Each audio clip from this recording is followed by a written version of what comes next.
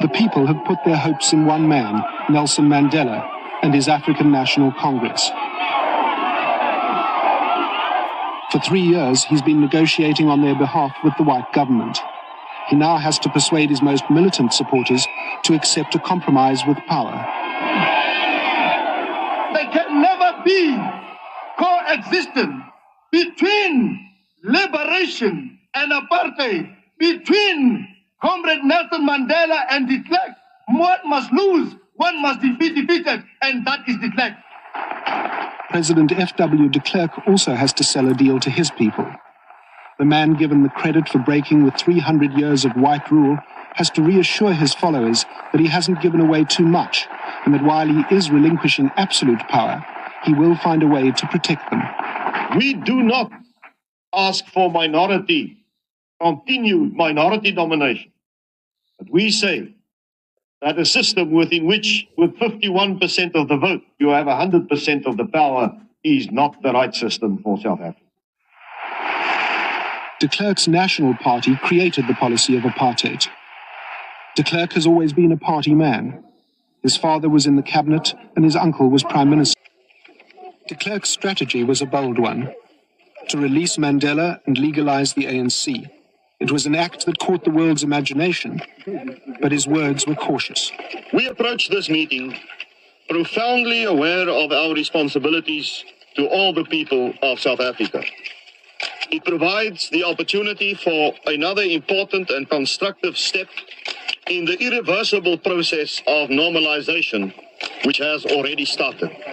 Mandela and the ANC had played their part. For years, he'd been writing to the government from prison and even meeting with the leadership, persuading them that the ANC was not the threat they feared. At the same time, exiles like Thabo Mbeki had been negotiating outside the country with senior government officials.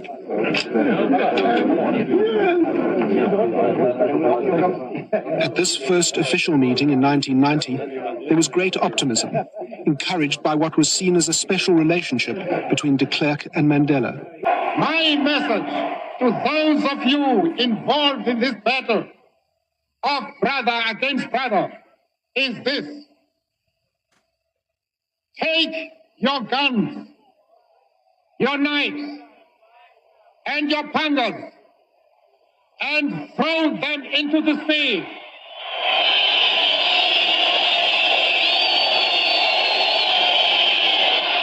It was not a message his supporters wanted to hear. They had lived through 5 years of fighting while Mandela was still in prison, and they were convinced that to put down their arms now would be suicidal.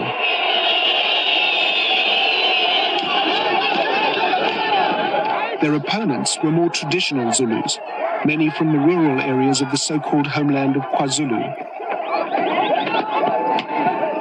For Pretoria, their leader, Chief Mangosuthu Buthelezi, was a natural ally. At the time of Mandela's release, de Klerk's government paid secret funds into his Inkatha movement, fueling rivalries in Natal and exploiting Buthelezi's antagonism to the ANC.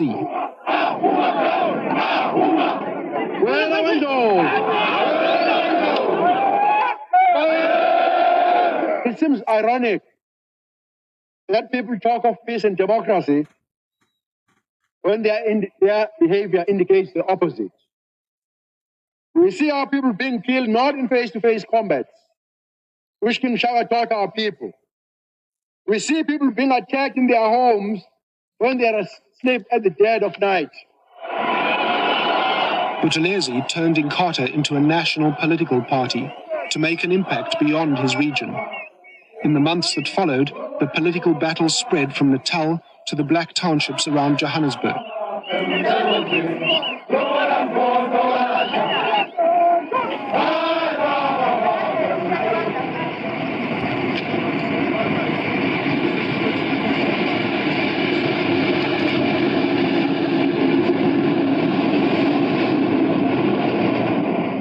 Beginning in July of 1990, there was a spate of murders on the township commuter trains. Mysterious attackers would arrive at a station, open fire on commuters, and disappear.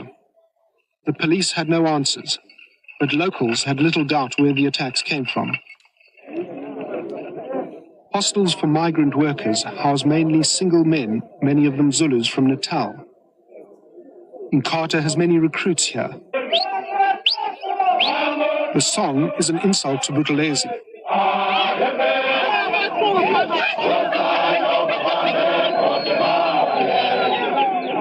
Hostel residents were prepared to retaliate in turn, threatening the peace process almost before it had got off the ground.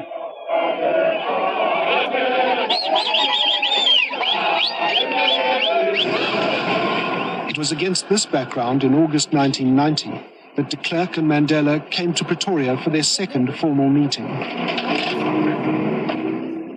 To get the negotiation process moving, the ANC was ready with a major concession: to suspend all operations against the state by its underground guerrilla army.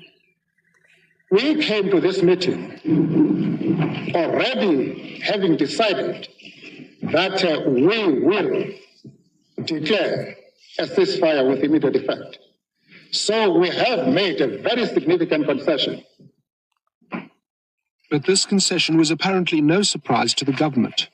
Just 2 weeks before the meeting, one of the ANC's most senior negotiators, who was carrying ANC documents, had been arrested.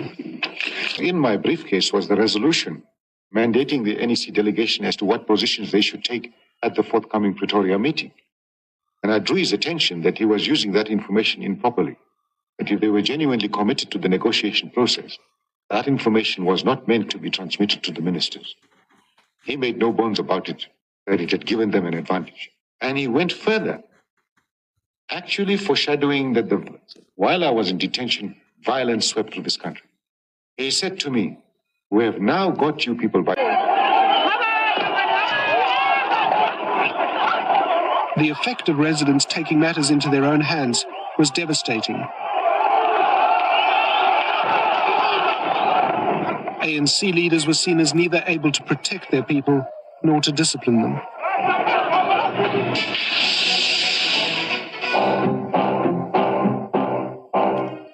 The portrayal of violence on South African television was further damaging to the ANC's image. If friends or colleagues have forgotten that the referendum is on today, please remind them to vote yes.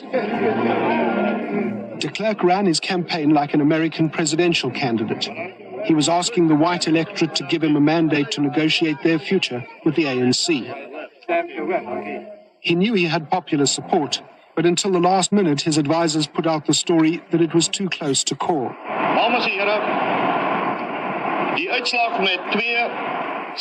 When the votes were counted, he'd won by 68% to 32%. It was a political triumph. The referendum, which was an astounding sort of victory, also strengthened the mood among the white population. And listen, we have some interests, vested interests. We regard de Klerk as the guardian of our interests. And we have now given him this vote of confidence. Now we expect him to deliver. But by now, the working groups at CODESA had already developed the outlines of a negotiated settlement. There'd be elections leading to an interim government. De Klerk's side had conceded that an elected body should write the constitution. The ANC agreed to include de Klerk's party in a coalition. But when the government introduced a new percentage needed to approve a constitution, the talks collapsed. Each side blamed the other.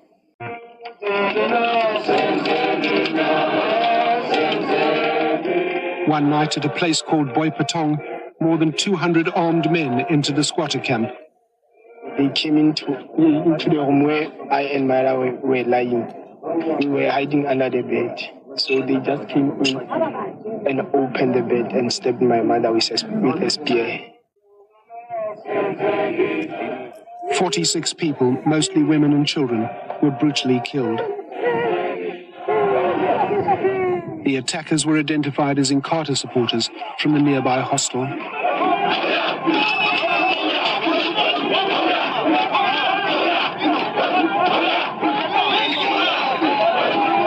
Then de Klerk came to Boipatong.